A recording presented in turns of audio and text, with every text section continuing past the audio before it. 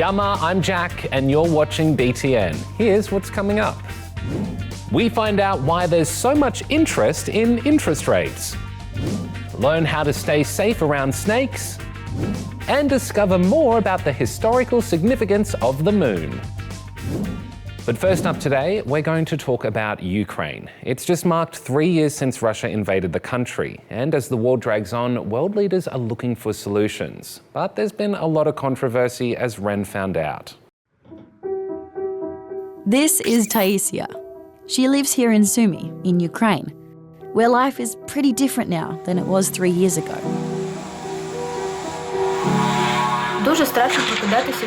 Waking up to the sound of drones is terrifying. But in Sumy, that's just how everyday life is now. She can't go to school. This is one of the buildings of Sumy Vocational School, which can no longer provide education to its students. And at night, the electricity goes off.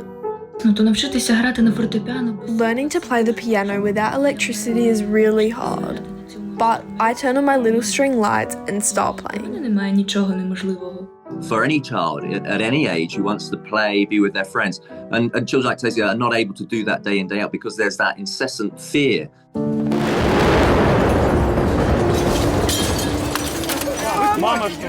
Life changed suddenly for people in Ukraine on the 24th of February 2022, when Russian soldiers entered the country.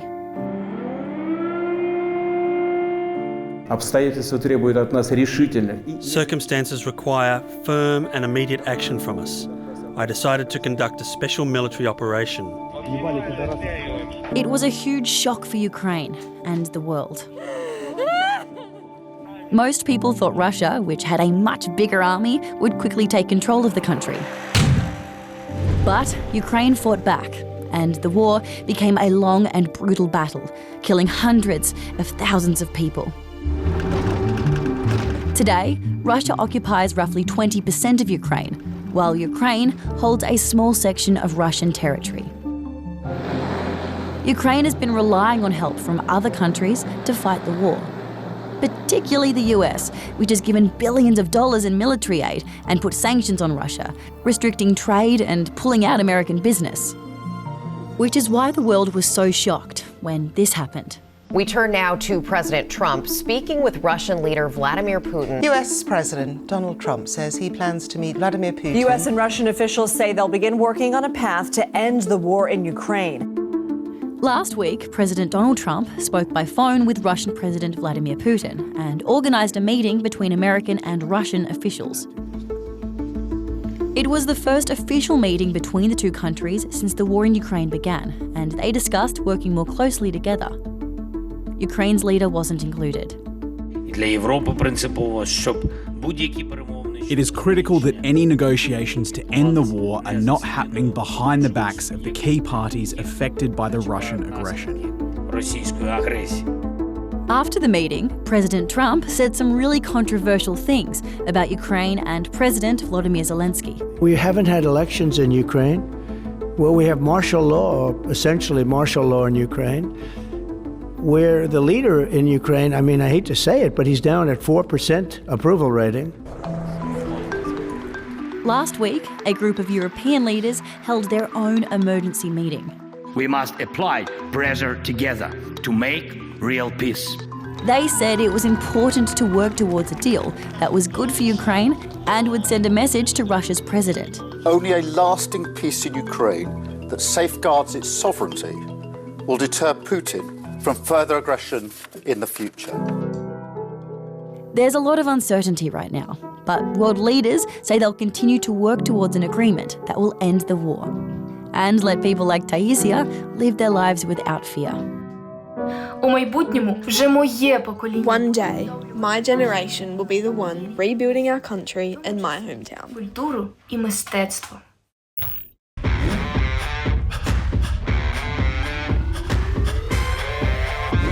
Australia's Prime Minister has announced a massive rescue package to save what sort of business based in Whyalla?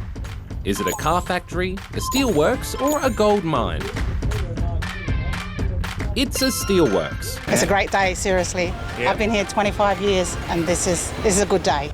Whalers Steelworks supplies 75% of the steel we use in Australia and provides more than 1,000 jobs. But its future has been in doubt because of financial problems. The government and the opposition have also promised to spend more than $8 billion to help Aussies do what? Go to the doctor, build a house, or buy groceries. It's go to the doctor. The Prime Minister announced the government would spend $8.5 billion to make sure nearly all doctor visits are bulk billed, which means they're paid for by Medicare. The opposition leader said if he's elected, he'll do the same thing. Scientists are monitoring an asteroid that could get uncomfortably close to Earth in about 8 years. Its name is 2024 YR4, and it's thought to be around the size of what? A car, a jumbo jet, or France? This is a rock that's estimated to be about 50 to 60 meters across, so the size of a jumbo jet. That's a similar size to the one that hit Russia back in 1908. And if it did hit a populated place, it could do a lot of damage. Luckily, scientists are now saying the chances of it hitting Earth are less than 1%. Last week, Australia's Reserve Bank announced it was cutting interest rates for the first time in 5 years. It was big news and made a lot of people happy. But as you're about to find out, balancing interest rates and inflation is a wicked problem. Check it out.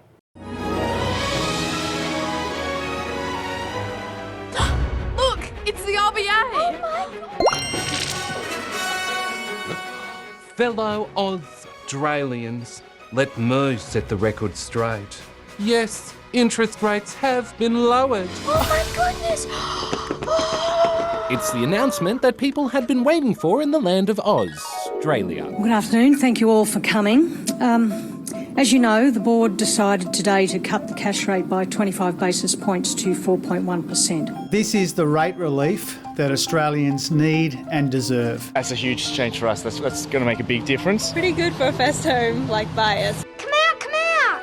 Interest rates have been lowered. Let us be glad. Wait, what's an interest rate? Oh, well, that's a good question, one that many find confusifying. Let's say you wanted to buy a house. Like a munchkin house? Yes, a munchkin house. What other house would you buy? You are a munchkin. Houses, even munchkin houses, can be very expensive. And you'll probably need to borrow money from a bank. In exchange for letting you borrow its money, the bank charges interest, an extra charge on top of your repayments. How much interest they charge is up to the bank to decide. Oh, but usually that's based on a national interest rate that's set by the Reserve Bank of Australia. Oh, speaking of which, I must be getting back there. So, if there are no further questions... Wait, what is the Reserve Bank? Oh, well, it's... The Reserve Bank is Australia's central bank. It's responsible for keeping the country's financial system stable, and part of that is fighting inflation. That's when... hot air balloon fills with, hot air. Well, yes, but in this case, inflation is when prices go up, which is exactly what's been happening for the past few years. One way to fight off inflation is to make it more expensive for people to borrow money. That means they're less likely to do a lot of spending, which reduces demands for goods and pushes prices down. Except there's an obvious downside. We pay more for our munchkin mortgages. Yeah, that's right. In Australia, interest rates have been steadily rising for the past few years, which has put extra pressure on homeowners. Cost of living's gone up and interest rates are high. Now, Michelle Bullock says they've managed to get inflation under control. It's clear that higher interest rates have been working as anticipated, restricting economic activity and putting downward pressure on inflation. Which means... interest rates are going down! Yeah, that's what I said at the start. Remember I flew in on the bubble? Yeah, it looked really good. But it's not all sunshine and rainbows. Lower interest rates can push up the prices of houses, which are already very high. And there's always the risk that pesky inflation could creep up. So, as you can see, it's a delicate balancing act for the RBA. And while many welcomed the news, the interest rate cut wasn't as big as people were hoping for. And the Reserve Bank says it's not likely there will be any more in the near future. It's not saving that much, you know. It's great, but I wish it had been a bit more. Okay, are we all good? Can I leave? Wait! No, too late. The bubble's up. Sorry. See you later. Bye. Send me an email. Hi, BTN. We're watching you from Hampton Seaside and Costa Victoria.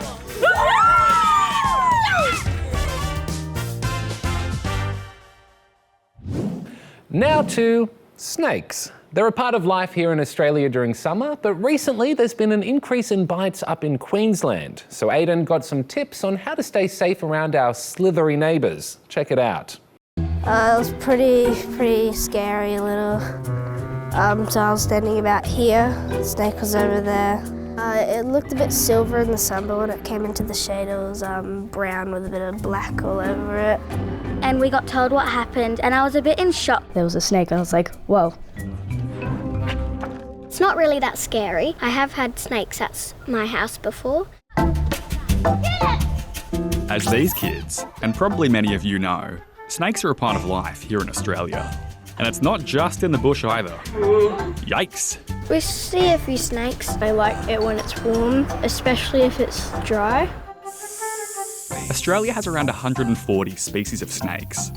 Some of those are totally harmless, around 100 are venomous, and 12 of those are potentially deadly. And sometimes it can be hard to tell the difference. For example, this is an olive python, totally harmless. But this is an eastern brown snake, one of the most venomous snakes in the world. So maybe don't take any chances. This is Cassie. She knows lots about snakes. And this is me. I don't know as much and placed a lot of trust in Cassie. Okay, so these are my pets. You can't just pick up a snake like in the wild and it to be like this. They're Murray-Darling carpet pythons. Cassie reckons the long summer this year has been perfect for snakes, which is why we're seeing more of them. They cannot digest or eat food in the cold times. As soon as the first sunny days come out, they are out and about, so they want to make most of the hot days. Wet weather in Australia's north has also made them more active, which led to new warnings to be on the lookout for snakes. What should we do if we see a snake? Oh, what you want to do when you see a snake is you stand completely still. They do not bother you at all. You're an inanimate object when you stand still. Definitely stand still and you can watch them all day. Should I be scared? No, definitely not. They're not out to harm or attack you. They can't hear. They go on vibration, so they will feel the ground rumbling when you're moving and so forth, and that's when they're going to move. But if I see one, I can scream? Yes. Yeah, if they can't hear you, if you like stand still and scream as loud as you want, that's fine. It's not going to bother snake. What are the common mistakes people make around snakes? Moving too fast, trying to grab the snake. It's not safe to grab the snake if you don't know what it is. Cassie says that while the chances of you being bitten by a dangerous snake are low, it's good to know what to do if you are. Call 000, stay still, get the help to come to you. And take a little bit of extra care when you're outside in the summer. When I play in my backyard, I have to stomp around a lot so they don't come near me, or my dogs. Make sure you're walking on paths, especially in the hot weather. Don't go in bushes. I would never touch a snake because they're dangerous and they could bite you and you don't know if they are poisonous or not. So, with a bit of extra knowledge, we can safely live alongside our slithery neighbours. They do keep down the rat and mice population, and they're also this is where they live and we can't really stop that.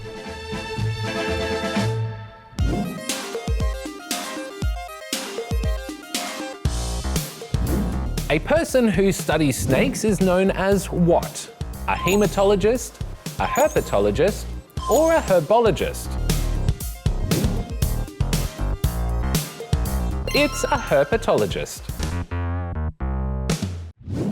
We're watching BTN from Tinker State School. Woo! Now we're going somewhere a little different, the moon. Well, we're not going there, but quite a few businesses and governments are trying to, which is why some say the moon needs protection. Here's Ren. Okay, I wasn't going to tell you about this, yeah? But I've been working on something very big, very special. Dave, listen up, please. Cheeto. We are going to steal...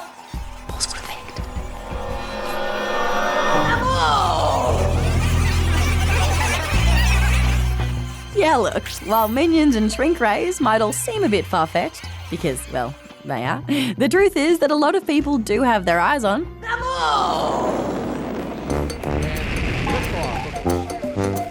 Right now, there are heaps of projects around the world aiming to get there. Whether it's to build lunar bases, take tourists on tours, or even mining the moon. There are a lot of particularly private industries interested in going to the moon. This is Alice Gorman. She's a space archaeologist. Cool, right? Yeah, I mean, she's no super villain, but, you know. I'm not talking to you. Anyway, her work involves looking at artifacts from space and using them to help study the past. And for people like Alice, the moon is more than just a resource. It's a monument. A monument, if you will. It's one small step for man, one giant leap for mankind. Remember this? Oh, well, you probably don't because it happened in 1969, but trust me, it was a big deal. They left behind them their descent vehicle, a whole bunch of scientific experiments, the boot prints, places where they took cores and samples. Yep, those early astronauts and those that came after them left a whole heap of artifacts that people like Alice want to protect. Remember, there's about 100 places where something has touched the lunar surface that humans have made. Even if we didn't think they were interesting and important places to keep for us to understand, we have a responsibility to those future generations who may have completely different ideas, completely different scientific techniques. It's why a US organisation recently added our favourite orbiting rock to the World Monuments Fund watch list. It's a list that draws attention to vulnerable historic sites that need protection.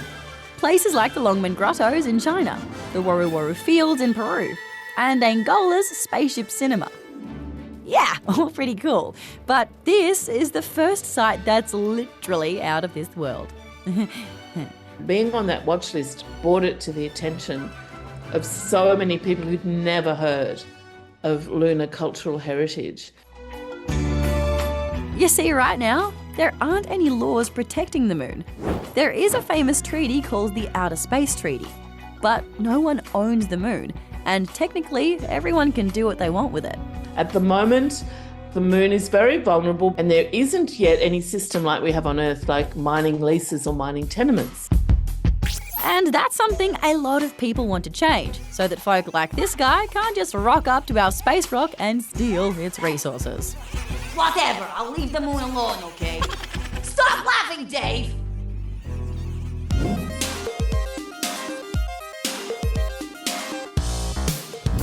How many people have walked on the moon? 2, 4, or 12?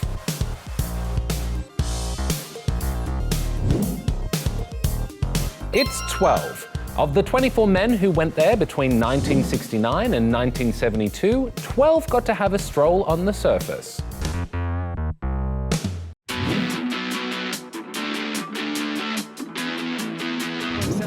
Things didn't get off to a great start for the Matildas when the USA got this goal in the opening minute of their second game of the She Believes Cup. The USA then went on to secure another goal in the 67th minute. And it wasn't until the last 10 minutes of the game that the Tillies finally found themselves on the board, thanks to this header from Michelle Heyman. But it wasn't enough, with the Americans beating the Tillies 2-1. Didn't get the result, but it was a big improvement, which I think is quite positive. Over to tennis, and 17-year-old Russian Mira Andreeva has become the youngest WTA 1000 winner ever. Wow, that trophy looks heavy. She defeated Clara Tauson 7-6, 6-1 at the Dubai Championships and has big plans for the year ahead. I'm gonna set a goal for myself to enter top 5 by the end of the year. Finally to Western Australia, where Alexia Phillips has broken the female shearing world record for the most merino sheep shorn in 8 hours.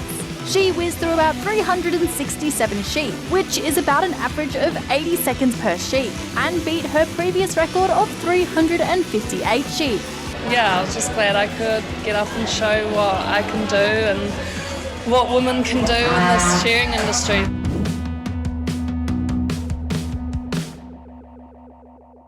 Finally today, to some terrifying theropods. Scientists from Museums Victoria have identified 3 different kinds of meat-eating dinosaurs that used to live here in Australia, including a species that's never been found here before and the world's oldest megaraptor. Here's Tatenda.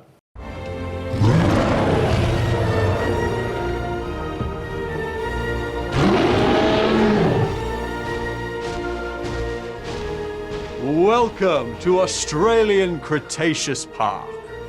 You have a megaraptorid? Oh yes, we have a megaraptorid. Oh, should we go? Yeah, so it turns out 120 million years or so ago, Australia was home to some pretty interesting and slightly terrifying creatures. They've got these large muscular forearms with these hypertrophied big recurved claws, and they're effectively bringing you in for a hug of death. Oh, okay. Well, thankfully they're not bringing them back to life. Paleontologists here in Boonwurrung Country in Victoria have revealed evidence that a bunch of meat-eating dinosaurs once called this area home. This is the site where we've recently discovered the fossil remains of one of Australia's largest theropod dinosaurs to have ever lived. What Tim's talking about is a megaraptorid, a giant theropod that's only been found in South America and Australia. This is a 2-legged, fast-moving predator, 6 to 7 metres long. What we have discovered are the fossil bones of its lower leg and some of its vertebrae. The bones were discovered on the beach a couple of years ago, and since then, scientists have been working to identify them, along with several other fossils found in the area that have been collected and stored by the museum for years. And it wasn't the only exciting find. This specimen was collected over 35 years ago, and it's only now that we understand that it represents the first fossil of a carcharodontosaur, a shark-toothed dinosaur, ever found in Australia. The carcharodontosaur was another species of theropod that lived in the Cretaceous period. Overseas fossils have shown it could grow up to 13 metres in length, about the same size as a T-Rex. Except this Aussie one was quite a bit smaller. It's just tiny. We don't see carcharodontosaurs this small in the fossil record. It's kind of weird and really interesting because it means a species that was king of the dinos in South America took second place here in Australia, while megaraptors reigned supreme. And according to researchers, it could provide a clue about how these dinosaurs evolved and spread through Gondwana, the ancient supercontinent that Australia and South America once belonged to. Some previous researchers proposed that megaraptorids might have evolved here in Australia first. We're finding the oldest evidence of them in this country, but they were confined to a certain size and then would move on and disperse through Australia, through Antarctica, into South America and attain a larger size. It also paints a picture of what life was like here in Victoria in the Cretaceous period, and the amazing, terrifying creatures that once called our country home. That's just the beauty of paleontology. It's an ongoing science with just this long history, and everything we can describe just improves our understanding of what these animals looked like, what animals were present in Victoria, and how our continents on this planet once were merged together. Well, that's all we've got for you this week, but we'll be back soon, and in the meantime you can jump online to see more stories and quizzes and resources for your teachers. Oh, plus there's Newsbreak and BTN High for you high schoolers or nearly high schoolers. Have a great week and I'll see you soon. Bye!